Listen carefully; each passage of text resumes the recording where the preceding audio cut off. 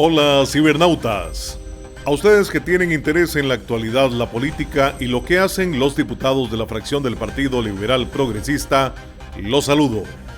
De este lado del micrófono y de la cámara los saluda Alberto Gatjens y en los siguientes minutos los acompañaré en este espacio que hemos llamado Tenemos Quórum para conversar sobre proyectos de ley, economía, política y todo lo que se vive en la Asamblea Legislativa de Costa Rica. Hoy nos acompaña el diputado Gilberto Campos Cruz, electo por la provincia de Heredia. Para quienes no lo conocen, Gilberto es politólogo y ha desempeñado gran parte de su vida laboral al servicio de la defensa de los consumidores. De sus proyectos, su visión política, su sensibilidad social y sus pasos por la Asamblea Legislativa es de lo que va esta conversación el día de hoy. Yo estoy aquí, ustedes están en sintonía, el diputado está con nosotros, así que tenemos quórum, demos inicio. Gilberto, ¿cómo estás? Bien, gracias a Dios muy bien, echando para adelante, tratando de hacer lo mejor posible, con el apoyo de un equipo fantástico que tenemos aquí en la fracción, no solamente en los diferentes despachos, sino también en la fracción, como los asesores de fracción, y estamos tratando de que lo bueno que estamos haciendo aquí en la Asamblea Legislativa se vea afuera, se refleje en las comunidades, se refleje principalmente en la vida de la gente y en lo que queremos, que es en el bolsillo de la gente. Claro. Vos tenés una experiencia política bastante amplia como asesor, como politólogo, como integrante de una organización durante muchos años que se dedicó a defender los intereses de los consumidores. Pero ejercer una diputación es un asunto diferente. Así es. ¿Cómo se han ido empatando las perspectivas con la realidad? Verás que es muy interesante porque cuando uno viene de la sociedad civil, de enfrentarse al Estado en diferentes instituciones, ya sea tratando de presionar para que no haya un incremento tarifario en algún servicio, ya sea tratando de presionar al gobierno en años anteriores, no necesariamente este gobierno, para tratar de que una decisión verdaderamente beneficie a la población, o incluso tratar de decirle a las personas, usted puede defenderse, ¿verdad? Desde la sociedad civil, desde su posición como ciudadano, enriquece de alguna manera la acción que uno hace aquí en la Asamblea Legislativa. Todos los diputados provenimos de diferentes sectores, de diferentes ámbitos profesionales, provenimos de diferentes experiencias en nuestra relación con el Estado, y quizás provenir de ese núcleo de sociedad civil en donde hay que discutir con los tomadores de decisión, donde hay que demostrar técnicamente que uno tiene razón o aceptar humildemente cuando uno no la tiene, refleja quizás la perspectiva del trabajo que estamos haciendo acá, y es poner a la gente en el centro de toda la formulación de las políticas públicas. ¿Por qué? Veámoslo de la siguiente manera. Durante muchísimos años, décadas quizás, y buena parte del siglo pasado, la decisión que se tomaba en materia de políticas públicas, es decir, las decisiones que tomaba el Estado, podemos decir que eran duales. ¿Y qué quiere decir duales? Ya, con Dios y con el diablo. Entonces, eran decisiones que se tomaban para tratar de beneficiar a cierto sector X, empresarial, comercial, etcétera, ¿verdad?, que se afectaba directamente a la población, pero que a su vez el Estado trataba de resolver esa misma inequidad que provocaba, dándole esos beneficios a ese sector a través de políticas sociales. Y entonces era algo así como, te doy a vos que sos empresario, mantener tu negocio, hacer las cosas bonitas, crecer y demás. Sí, pero resulta ser que estoy afectando a esta población, entonces hay que crear una política pública para tratar de resolver lo que yo estoy provocando.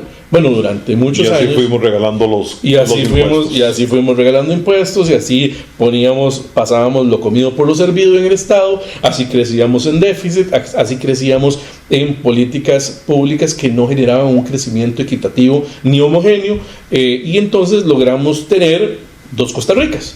una Costa Rica rica y una Costa Rica pobre.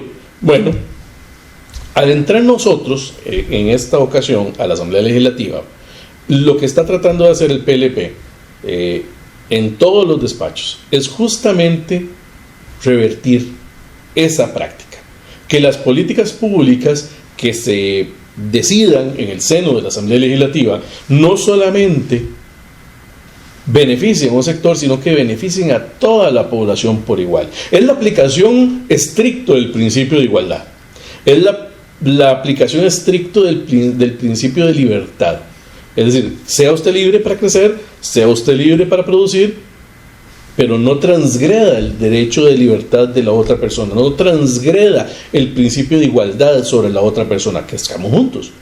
Suena utópico, ciertamente, suena muy utópico, pero de lo que estamos hablando aquí es de la posibilidad que tiene el Estado costarricense de hacer las cosas mejor. Sí, de dejar de crearle rentas a grupos privilegiados, o lo que llaman en inglés el crónica capitalismo, o el capitalismo de amigos, ¿verdad? Que es una forma muy habitual de generarle rentas. Bueno, es una cosa interesante ahora que planteas ese capitalismo de amigos, porque si bien es cierto, nosotros somos por definición un partido liberal, ¿verdad? Durante mucho tiempo hubo en Costa Rica y sigue existiendo una satanización de algunos pseudo conceptos asociados al liberalismo, como por ejemplo el neoliberalismo. Y el neoliberalismo es entendido, digamos, desde la óptica de la academia o de algunos autores que han escrito sobre el tema, como esa política de amigotes, ¿verdad? Bueno, si esa es la política de amigotes del neoliberalismo, le puedo asegurar que nosotros no somos neoliberales, nosotros somos liberales. Que creemos en la competencia. En igualdad y en el crecimiento en libertad. Pero para todos, no se trata de sectores. Públicos y privados. Así es. Esto se está grabando martes, va a salir emitido el viernes, y hoy martes leía una especie de análisis de, valga la redundancia, un analista que decía que el Partido Liberal Progresista no está haciendo una verdadera oposición al gobierno, porque no critica constante y abiertamente y solamente en ocasiones especiales al gobierno de Chávez. A mí me quedó la duda, y quisiera conversarlo brevemente con vos antes de pasar a otros asuntos, acerca de qué tipo de oposición es la que los analistas quieren que todas las fracciones sean en el Congreso. Pasar en el pleito o ser una oposición propositiva que tiene que coincidir, como ha dicho Eli, cuando tenemos que coincidir, o disentir cuando corresponda. Hay una premisa antes de entrar a hacer la valoración sobre el análisis. La premisa es, o está basada en lo que acabas de decir, que es lo que el analista quiere. Y cuando el analista quiere algo, deja de ser analista y se convierte en activista. ¿Por qué digo esto? Porque muchos analistas en nuestro país tienden a confundir el sombrero del análisis con el sombrero de mi agenda, de mi activismo, de lo que yo quiero, de lo que yo quiero promover, de lo que yo quiero observar en esa transformación de la sociedad. No está mal.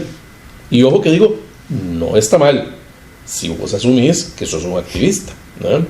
Pero si vos decís, yo soy un analista y me parece que lo que vos estás haciendo es incorrecto porque vos deberías hacer esto, ya ahí estoy confundiendo el sombrero del analista con el sombrero del activista. Sí, yo creo que este analista araña los límites del activismo. Vamos a ver, y es parte de nuestra indefinición ideológica. En nuestro país es muy común observarlo, ver personas que... Perdón, de nuestra...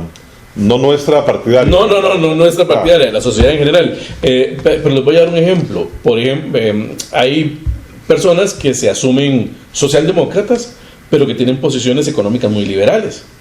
Hay personas que se dicen socialistas, pero defienden la propiedad privada, la pequeña, mediana y microempresa, y creen en el emprendedurismo. Hay personas que se dicen liberales, pero creen en la socialización de las pérdidas del Estado. porque pobrecitos todos, ¿verdad? Entonces, esa mezcla, esa entremezcla de posiciones ideológicas es muy común, y vamos a ver, y es natural, porque el costarricense, en su esencia, es una persona, vamos a llamar, ecléctica, es decir, que trata de tomar lo mejor de lo que ha aprendido o lo que ha oído, tratando de hacer algo muy pragmático, y quizás podemos llamarlo pragmatismo, quizás, ¿verdad? De alguna manera, tratando de estirar la cobija. Pero dicho esto, vamos a lo que el analista planteaba. Hay muchos estilos, como personalidades hay de quienes hacen el control político o de quienes hacen la crítica, la sátira o la sorna, ¿ya? Independientemente. Usted puede tener personajes en la Asamblea Legislativa muy violentos, con un vocabulario agresivo, con una técnica discursiva poco refinada, o incluso que tienda a agredir o a traspasar el límite de la agresión personal. Y uno diría, qué bueno que es. Hay que decirle más, hace tírenle, hace qué rico que se lo dijo. Cuando uno provoca en el público ese tipo de reacciones, en lugar de generar una reacción de, caray, suave, pero es que esa plata debería haberse invertido mejor en esto, o estamos generando gastos en la operación del Estado que nos está costando a todos nosotros, pero ¿por qué en lugar de meter un impuesto nuevo, por qué no rebajamos otros impuestos? Porque si logramos hacer si logramos generar esa reacción en el público, en quienes nos ven, en quienes nos juzgan, como debe ser en democracia, ¿verdad? Los representados que juzguen a los representantes, lo hicimos bien. Pero si lo único que provocamos es 5 minutos de odio entre la población, a propósito de George Orwell, ¿verdad? En 1984, entonces estamos mal. La discusión de si es el estilo de control político u otro atraviesa por el juicio de quien lo ve, y atraviesa por la agenda de quien escribe en un medio de comunicación. Entonces, efectivamente, hay mucho de esto, y lo bueno y lo que habrá que defender toda la vida es el derecho de la gente de poder evaluar desde mi juicio, desde mi perspectiva, lo que los otros hacen. Así es. Estás integrando una serie de comisiones importantes, asuntos económicos, que ha tenido una importante participación en estos meses, principalmente por el proyecto de eurobonos, relaciones internacionales, de Heredia, y hay una que requiere especial atención dada la coyuntura actual, que es la de seguridad y narcotráfico. Conversemos un poquito, ya que estás bien enterado del asunto y que además personalmente te interesa, no fue solamente que caíste ahí, sí. Sobre la situación de la inseguridad en el país. Empecemos. ¿Qué te ha parecido la gestión del ministro de Seguridad? Sí, antes de responderte esa pregunta, yo quisiera decir que en materia de seguridad hay grandes analistas en el país, gente que verdaderamente ha pasado su vida trabajando en materia de seguridad. Yo no lo he hecho. Yo tuve grandes maestros que me han enseñado, y maestras que me han enseñado sobre temas de seguridad, lo cual agradezco, y quizás la vida lo puso uno de frente a esas personas para tratar de hacer lo mejor posible hoy. Y en respeto a todas esas personas que me han enseñado temas de seguridad, tanto grandes paradigmas como modelos policiales de operación y demás, en materia de inteligencia, en materia de asignación de recurso policial y demás, uno tiene que ser humilde y reconocer que siempre hay alguien que sabe más que uno. Entonces, las posiciones que uno defiende en la Asamblea Legislativa, si bien es cierto, tienen un alto componente técnico de esas personas que saben, que conocen, también tienen un alto componente de sentido común. ¿Y por qué quería decir esto? Porque muchas veces el tema de la seguridad en nuestro país atraviesa por la aplicación del sentido común. Y el sentido común, que no es el más común de los sentidos, hay que decir que atraviesa por, empecemos a decir, la asignación presupuestaria. Vean, no es posible que Costa Rica invierta un 0.7% del Producto Interno Bruto en materia de seguridad, cuando las bandas criminales pueden estar invirtiendo el 4, el 5, el 6% del Producto Interno Bruto de Costa Rica en sus operaciones. No es posible que podamos combatir la criminalidad sin sistemas de información ágiles entre los cuerpos policiales de nuestro país, que los hay y cooperan. Los policías se hablan de vez en cuando, ¿verdad? Pero también hay sistemas de información centralizada que no existen y que es necesario crearlos. Es necesario crear policías cibernéticas, que no tiene Costa Rica en este momento. Es necesario que el país avance hacia la inversión en materia de seguridad no residual, sino como un componente esencial, al igual que educación, salud y seguridad, para poder generar el ambiente necesario para el crecimiento y el desarrollo.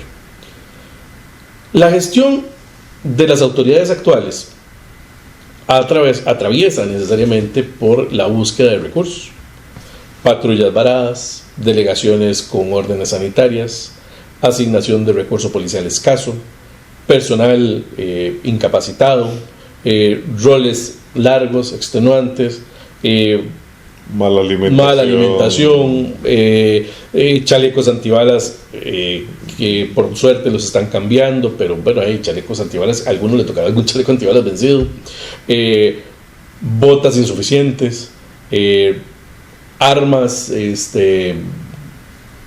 que deberían estarse actualizando constantemente, capacitación, educación, formación, etc. Y sí, efectivamente la fuerza pública de nuestro país hace grandes esfuerzos. Todo ese escenario que mencionaste es el conocido, de siempre. Es el conocido de siempre. Es el viejo conocido. Pero no es el viejo conocido para todo el mundo. Es el viejo conocido para los que conocemos la realidad de nuestra fuerza pública. Pero no es el viejo conocido de la persona que agarra el teléfono y llama porque está viendo que algo está pasando en su comunidad, porque tiene la esperanza de que la patrulla llegue en 3 segundos, porque llama porque tiene la esperanza de que se evite un asesinato, o que se evite un robo, o que se evite cualquier situación adversa. Esta realidad de la que estamos hablando no la conoce esa persona que agarra el teléfono esperando una reacción inmediata. Y de eso se trata esto. La fuerza pública es per se una policía preventiva. ¿Para qué? Para evitar que se cometan los delitos. Y la única forma de evitar que se cometan los delitos es justamente teniendo la policía en la calle. Y no podemos tener la policía en la calle. ¿Por qué no podemos? Porque aunque el ministro de seguridad, los viceministros de seguridad, los jefes, digamos, de la estructura hacia abajo, tengan grandes ganas de que esto sea así, incluso los mismos policías, yo conozco policías que hacen su trabajo con el corazón, mal pagados, mal comidos, mal dormidos, pero hacen su trabajo con el corazón. Si tienen que agarrar al delincuente 60 veces, lo agarran 60 veces. La pregunta es, ¿por qué lo tienen que agarrar 60 veces? ¿Por qué tenemos un marco legal que permite que lo tengan que agarrar 60 veces? Y es parte de lo que estamos trabajando aquí en la Asamblea Legislativa. Es nuestra cuota de responsabilidad, tratar de resolver los vacíos legales para que, ahí sí, las autoridades policiales puedan ser mucho más efectivas. Entonces, reclamar que falta plata, reclamar que falta recurso, reclamar que el Ministerio de Hacienda no gira la plata completa, reclamar que la regla fiscal los tiene ahogados, que no pueden hacer contrataciones y demás, reclamar que están haciendo lo mejor que pueden porque la sociedad está imbuida en una espiral de violencia que parece ser que crece y crece y crece, es lo común de todas las gestiones de gobierno que ha habido siempre. ¿Cuál debería ser la diferencia? La voluntad política de asignación de recursos, que Hacienda gire la plata que tiene que girar, que ahora que tenemos una mejor recaudación de impuestos podamos destinar más recursos, que efectivamente el tema de la contratación de personal se haga con base en la presupuestación actual, entre muchas otras cosas. ¿Por qué Hacienda no le está girando los recursos de algunos destinos específicos, como impuestos a casas de lujo, etcétera? Tengo entendido que no están llegando directamente. Viera que es una cosa muy interesante, no solo las casas de lujo, sino, por ejemplo, el impuesto a las sociedades anónimas. Y es una cosa muy interesante porque cuando uno le hace la pregunta al señor ministro de Hacienda, que es al quien hay que dirigirle la pregunta, la respuesta es: no hay plata. No nos alcanza, estamos en una crisis fiscal, tenemos serios problemas, estamos haciendo ajustes, estamos tocando a todo el mundo la faja, y todo el mundo tiene que ajustarse, pero ahí es donde está la discusión. Tenemos que ajustar la faja en educación, salud y seguridad, por ejemplo, o salud, educación y seguridad son 3 ejes medulares de la acción del Estado, de la acción pública del Estado, que tiene que garantizar significativamente el desarrollo de las demás áreas del Estado, incluyendo la economía. Sí, es la discusión. Claro, por lo menos deberíamos de asegurarnos de pedir cuentas cuando se es generoso con el dinero. Así es. Por lo menos en educación, ¿verdad? Bueno, la educación es un gran tema, pero en materia de seguridad, también, imagínate que en materia de seguridad, nosotros estamos trabajando en grandes reformas al sistema policial del país. Desde antes que se plantearan la posibilidad de establecer algunos proyectos de ley prioritarios en una agenda planteada entre las presidencias de los poderes de la República.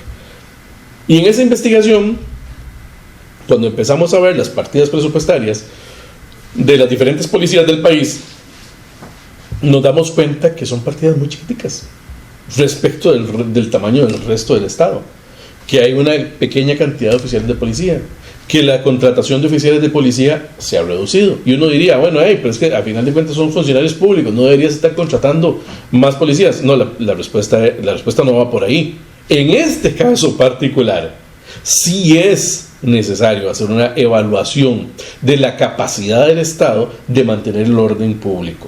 Y el orden público atraviesa por la cantidad de policías. Porque nada haces vos teniendo, por ejemplo, en el caso de Heredia, una cantidad muy reducida de oficiales de policía que por roles, vacaciones, incapacidades y demás, te da una merma de casi un 60%, 70% de la cantidad de policías disponibles, y solamente un 30% para actuar, que se reduce en la noche por los turnos. Entonces, no estamos hablando de cosas que se puedan resolver de manera fácil y oportuna con la limitación de recursos que tenemos. Y efectivamente el Estado tiene que hacer un esfuerzo para reequilibrar el presupuesto público para destinar una real inversión en materia de seguridad. Y la pregunta residual que me queda ahí es, si se crearon esos 2 impuestos que mencionaste, sí, el de casas de lujo y a las sociedades, para financiar a la fuerza pública, entonces ¿para qué creamos impuestos específicos si además nos entregan? Porque Costa Rica tiene un mecanismo de caja única, ¿verdad? Claro, lo que pasa es que al ciudadano le venden la idea de que ese esfuerzo que hacemos en pagar más impuestos con un fin, vamos a decir, noble, que es el de procurar la vigilancia. Un fin urgente. Y urgente. A fin de cuentas se diluye en las goteras del Estado. Sí, el hecho de que exista un principio de caja única y que todos esos impuestos vayan a una buchaca le permite al Ministerio de Hacienda hacer una asignación presupuestaria específica de acuerdo a los presupuestos del Ministerio de Seguridad. Pero hay que recordar que en materia de seguridad, Costa Rica no solamente cuenta con el presupuesto del Ministerio de Seguridad. Si hacemos una cuenta, una macro cuenta en materia de seguridad, tenemos ahí que meter el presupuesto del Ministerio de Seguridad Pública, los presupuestos de todas las policías municipales, los presupuestos de todas las policías de otros ministerios, policía de tránsito, policía de control fiscal, la policía de la niñez, etcétera, etcétera, ¿verdad? Tenés que sumarle ahí lo que corresponde también a cuerpos policiales privados, es decir, agencias privadas de seguridad, guardas privados, remeseros, etcétera, etcétera. Cuando vos empezás agentes privados que venden servicios de investigación, sin contar el Poder Judicial, Porque cuando ya metes el Poder Judicial, metes al OIJ, metes en el Poder Ejecutivo la Policía Penitenciaria. La Policía Penitenciaria, y metes también a la DIS, metes también a las unidades especiales a cargo de la DIS, y obviamente la cuenta se te hace un poquito más grande, pero no tanto. Y la pregunta es, ¿qué tanto? ¿Qué tanto necesitamos incrementar la cuenta de seguridad en el país para hacerle frente a las situaciones que estamos enfrentando? Y ojo, que en materia de seguridad no solamente es la parte preventiva y represiva. Tenemos que hacer una inversión en el rescate del tejido social, tenemos que hacer una inversión en oportunidades para la juventud, tenemos que hacer una inversión en materia de recuperación de espacios públicos, tenemos que hacer una inversión en materia de generación de empleo digno, ¿verdad? Tenemos que hacer un trabajo para recuperar el tejido social de manera tal que el trabajo preventivo de la policía y todos esos cuerpos policiales del país cada vez sea menor. Es algo parecido a lo que hablábamos en campaña de la evaluación de los programas sociales. Hay una falacia en la evaluación de los programas sociales cuando se dice es que tenemos tantas personas atendidas, tantas personas más atendidas, tantas personas con subsidio, tantas personas... No. Esa no es la efectividad de un programa social. La efectividad de un programa social es cuánta gente deja de usar el programa social porque logró un mejor empleo, porque logró movilidad social, porque logró salir de su círculo de la pobreza y de violencia, y le dijo a Limas, tome, ya lo ocupo esto. Muchas gracias. Déselo a alguien más que lo ocupe. Esa es la efectividad de un programa social. Bueno, la efectividad en materia de seguridad es evitar la comisión de delitos. No es cuántos delitos se atajaron, no es cuánta cocaína decomisamos, no es cuánta marihuana detuvimos, no es cuánta plata logramos evitar que se lavara, no, es logramos que no hubiese. Claro, garantizándonos que no hay y que la acción policial no logró detectarlo, ¿verdad? Por supuesto. Pero es parte del cambio de paradigmas que necesitamos promover en la sociedad. Bueno, ese es uno de los ejes en los que trabajas y en los que trabaja tu despacho. Hay otras materias, como mencioné, que el de asuntos, la Comisión de Asuntos Económicos, pero quisiera preguntarte por un par de proyectos que has presentado de el total. En primera instancia, uno que se te acaba de aprobar, que es el 23.445, declaración como benemérito de la patria al señor Eladio José Nicómedes, gracias, Rosabal Cordero. Solo los heredianos lo pronuncian muy bien. Es un proyecto más de corte social que viene a rescatar la memoria histórica de alguien que no es solamente el nombre de un estadio de fútbol. Sí, es muy interesante porque cuando presenté el proyecto, la gente decía, pero no hay cosas más importantes que hacer. Pero no, ya reactivamos la economía con ese proyecto, ¿verdad? Que el otro. Bueno, tiene que ver con reactivación económica también, pero ante una crisis tan grande que tenemos como país, ante una crisis de inseguridad tan fuerte, la crisis de seguridad tan fuerte que tenemos, yo creo que los buenos modelos son necesarios. Y te lo dice una persona que durante muchísimos años ha estado metido en el mundo del deporte, que he tenido la dicha, el honor y el gusto de enseñarle a jóvenes a hacer deporte.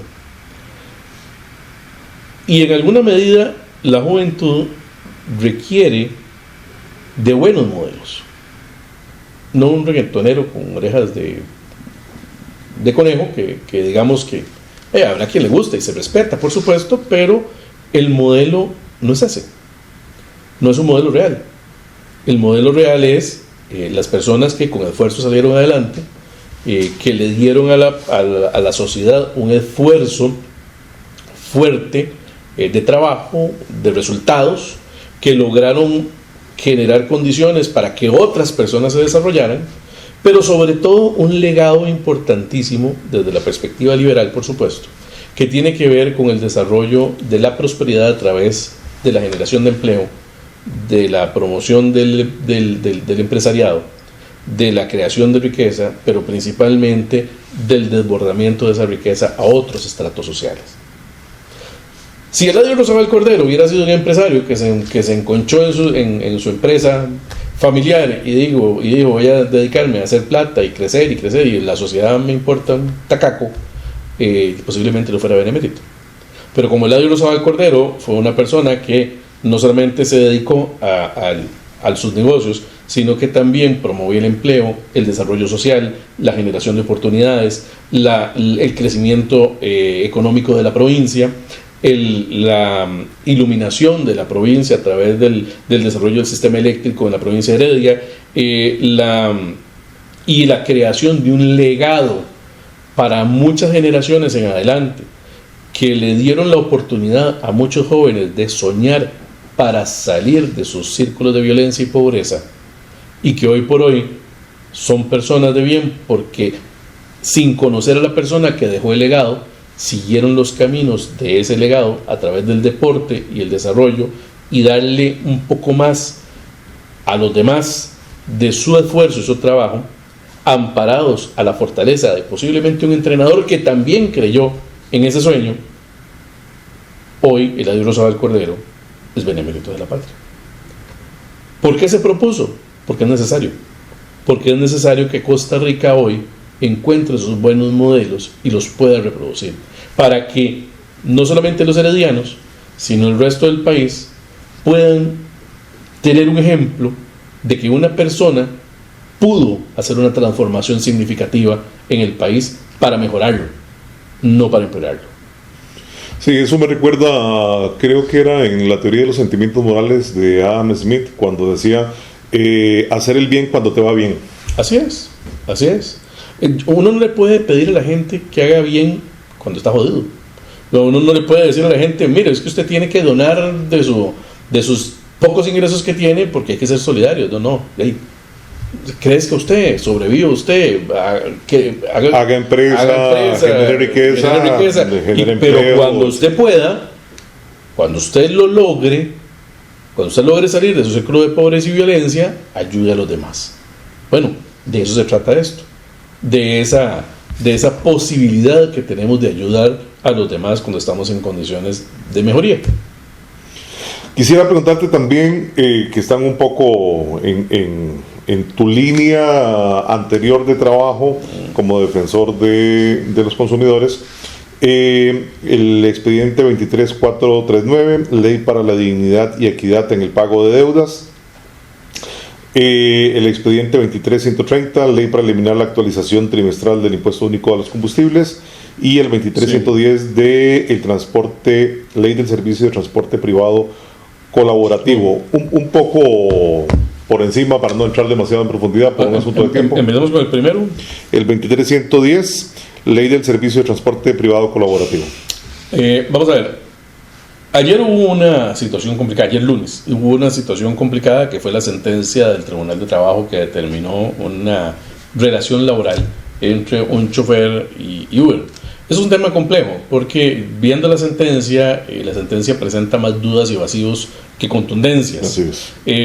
Hay una aplicación de la redacción, me pareció verla desde el punto de vista ideológico muy fuerte, no tanto acercándose a la estructura del derecho como tal, por lo tanto será sometida a un análisis profundo. Pero desde esa perspectiva es necesario señalar dos cosas: que la sentencia reconoce que hay una ausencia de legislación en esa materia, que ya de por sí está propuesta, y dos, que representa una situación hoy por hoy, ahora sí, para las empresas, para valorar las plataformas. ¿Qué podría ocurrir en el peor de los casos? Que las empresas que se dedican a la interconexión entre el usuario y quien tiene el carro digan, no hay ambiente de negocio en Costa Rica y me voy. Y entonces volveríamos 50 mil personas que... Volveríamos a una situación de desempleo de esas 24.000, 30.000 personas que actualmente se dedican a esto.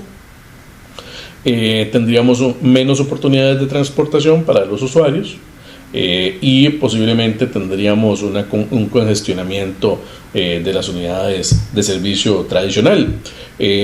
Lo que puede ocurrir también es que hay una proliferación de la informalidad como tal, y entonces los usuarios queden a merced de la negociación cara a cara en el momento de abordar el carrito con la mantequillera, ¿verdad? No sé si los que nos siguen recordarán la mantequillera, ¿verdad? En algún momento antes de las plataformas, pero es una situación de estudiar y analizar.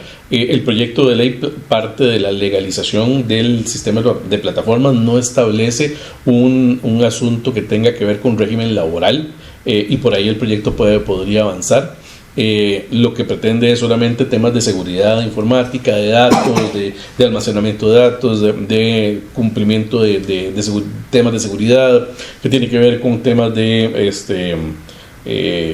pago de impuestos, etcétera, etcétera, etcétera. Pero sí hace un reconocimiento de que es una actividad privada, ¿no? Y eso es quizás lo que define con claridad este proyecto de ley en materia de plataformas de economía colaborativa. Bien, te pregunté también por el 23439, Ley para la Dignidad y Equidad en el Pago de Deudas, que creo que es un proyecto muy necesario. Eso es un proyecto muy necesario, lo dijiste muy bien. Actualmente hay un desequilibrio grande entre quien tiene el poder, que es quien tiene la plata para prestar, y quien necesita la plata para vivir, que a final de cuentas es quien termina pidiendo ese dinero.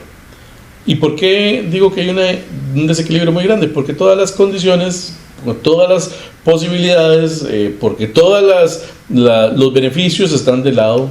Todos los mecanismos legales están del lado de quien tiene la plata. Y habrá quien diga, pero es que es quien tiene la plata, es quien está asumiendo el riesgo de prestarte. Sí, claro, pero es que tiene que haber una relación equitativa entre quien presta y quien pide prestado. Y eso el país durante muchísimos años ha avanzado hacia ese desequilibrio deseable.